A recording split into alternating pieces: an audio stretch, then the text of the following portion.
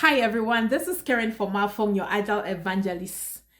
To all our job seekers out there, tip for the day: your LinkedIn profile or your social professional profile has to align with your resume.